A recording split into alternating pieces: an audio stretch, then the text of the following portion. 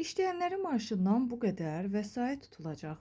Bəli, 15 dekabr tarixidir və Gündəm Xəbər nefrində bir açıqlamanı diqqətinizə çatdırırıq. Belə ki, işə gecikməyə görə işçinin maaşından vəsait tutulmasının qanunvericiliyə uyğun olub-olunması məsələsi tez-tez müzakirə edilir. Maraqlıdır, işə gecikməyə görə işçinin maaşından tutula bilərmi? Mövzu ilə bağlı konkret açıqlama verən hüquqşünas Rami Süleymanov bildirib ki, işçinin işə gecikməsi halında ilk növbədə ona xəbərdarlıq edilməlidir. Onun sözlərinə görə növbəti mərhələdə işçiyə töhmət verilə bilər.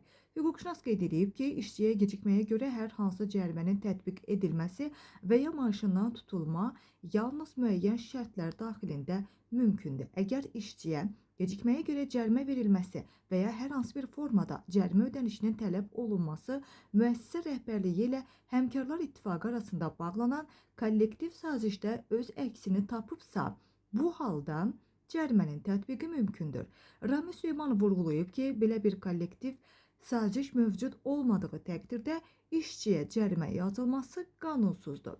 Bu məsələ ilə bağlı yalnız daxili əmr verilməsi əsassız hesab olunur və hüquq qüvvəyə malik deyil. Qeyd eləyək ki, mövcud qanunvericiliyə əsasən işçilərin əmək hüquqları qorunur və işə götürənlər yalnız qanunla müəyyən edilmiş qaydalar çərçivəsində intizam tənbihi tədbirləri görə bilərlər.